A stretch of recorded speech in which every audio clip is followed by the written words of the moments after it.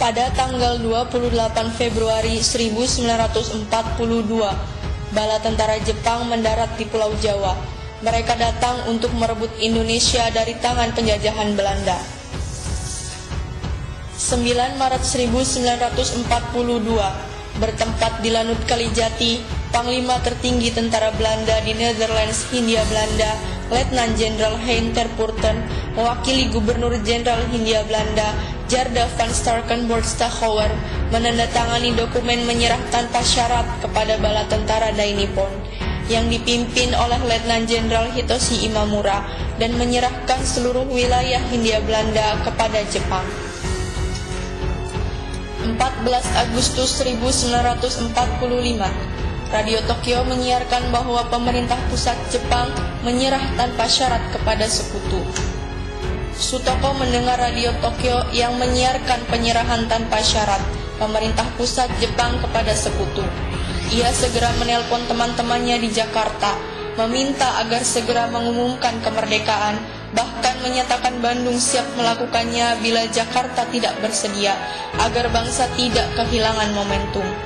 Di jawatan PTT yang dipelopori oleh pegawai di lingkungan PTT Pusat Bandung, dibentuklah pasukan khusus PTT yang kemudian berubah menjadi Angkatan Muda PTT di bawah pimpinan Sutoko. Proklamasi.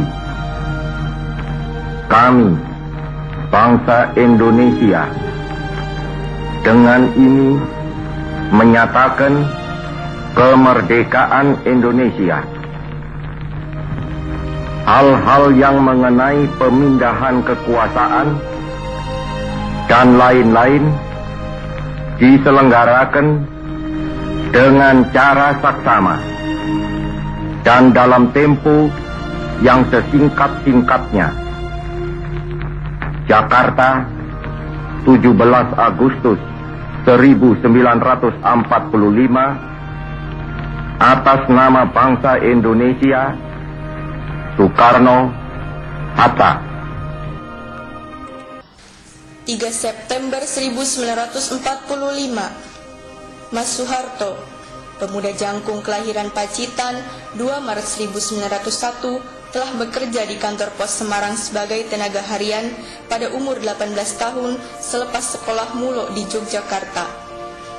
Sutoko, pemuda kelahiran Jakarta tanggal 18 Mei 1917, menjadi pegawai di kantor pusat PTT dan baru saja menyelesaikan Bedrif Samtenar kursus di PTT School, Jalan Banda, Bandung. Garis hidupnya mirip dengan atasannya, Mas Soeharto. Ketika itu di Radio Laboratorium PTT Tegalega, Kasmiri Sumami Harja sedang menekuni pekerjaannya di bidang teknik radio. Dia seorang pemuda asli Bandung yang lahir pada tanggal 5 Mei 1913.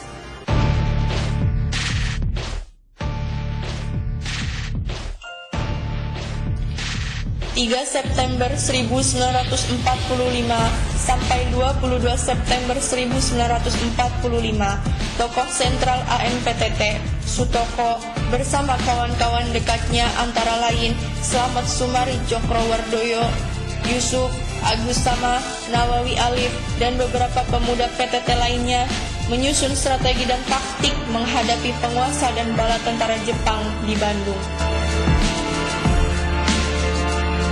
23 September 1945, Mas Soeharto dan Erdiar melaksanakan desakan AMPTT dengan beberapa kali melakukan pendekatan.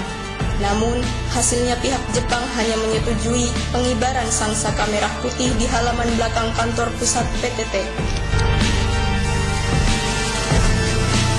AMPTT memutuskan, Sutoko dan kawan-kawan bertekad bahwa kantor pusat PTT harus sudah dikuasai paling lambat akhir bulan September 1945. Mereka berembuk mengkoordinasikan persiapan dan pelaksanaan perebutan kekuasaan jawatan PTT secara paksa pada hari H, yaitu tanggal 27 September 1945.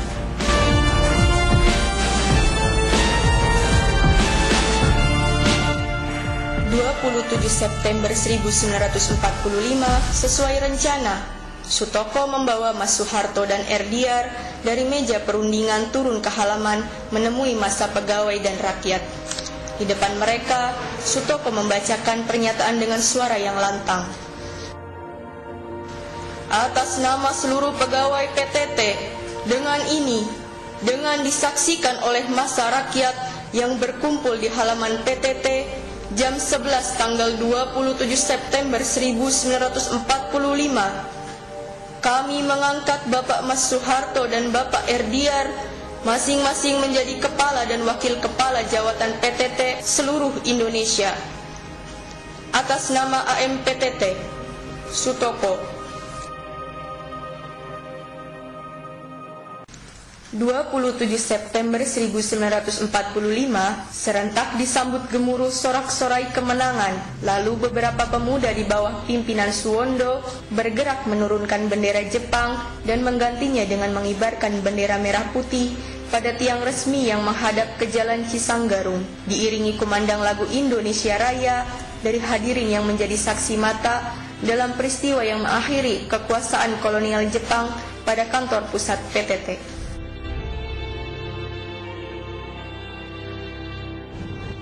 9 Oktober 1945, Sutoko dengan keberaniannya yang luar biasa mempertaruhkan AMPTT sebagai ujung tombak melakukan penyerbuan penting terhadap pabrik senjata di Kiara Condong, Bandung dan berhasil merebutnya.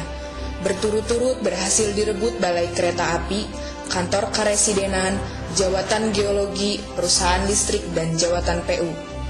10 Oktober 1945, pimpinan BKR melakukan perundingan dengan pihak Jepang di markas Kepentai di Jalan Trunojoyo.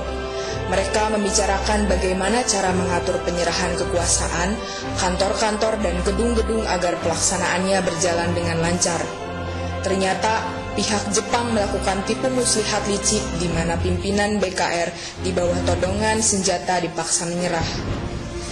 Terjadi penembakan membabi buta terhadap Laskar Indonesia yang berada di luar gedung pertemuan.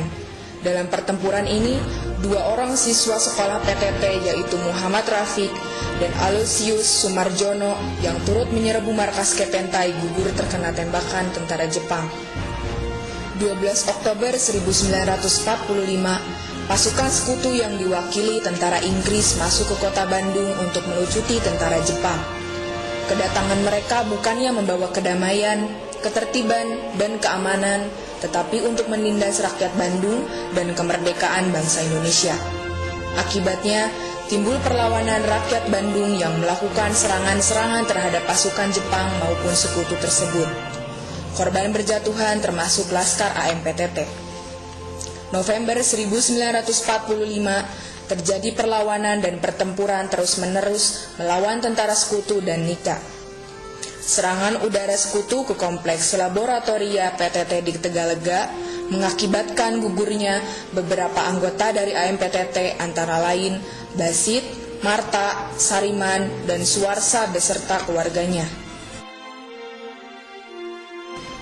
24 Maret 1946, Musyawarah Majelis Persatuan Perjuangan Priangan MP3 memutuskan untuk melakukan siasat bumi hangus sebagai reaksi terhadap ultimatum Komandan Tentara Sekutu yang memerintahkan wilayah Bandung Selatan dikosongkan sampai 11 km. Dengan berlangsungnya peristiwa Bandung Lautan Api, Mas Soeharto dan wakilnya Erdiar bersama staf penting terpaksa hijrah ke kota Yogyakarta, tempat pusat pemerintahan Republik Indonesia. Kantor pusat PTT di Yogyakarta berkedudukan di Jalan Gemblaka nomor 47, di mana Mas Soeharto bekerja dan bertempat tinggal bersama keluarganya. 19 Desember 1948, ibu kota RI Yogyakarta diserbu Belanda.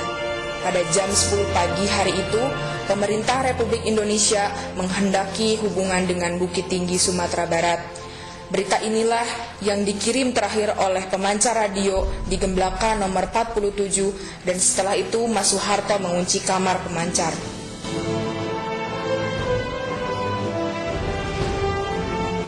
Januari 1949, Mas Soeharto yang sedang dalam keadaan sakit di kediamannya ditangkap oleh pasukan MID, Militer Intelijen Dienst Belanda di bawah pimpinan Letnan Kramers. Ia diseret keluar dan dibawa oleh pasukan Belanda tersebut ke tempat yang tidak diketahui. Sejak itu, Mas Soeharto tidak pernah pulang kembali.